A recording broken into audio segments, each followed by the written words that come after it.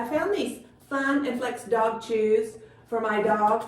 These toys are flexible. They're for moderate chewers, but they're really fun because you can put these in the freezer for a hot day to give them a cool treat, or just to make it take a little longer. And then this one has some little grooves and things in it, so you can put peanut butter or some broth or something like that in there.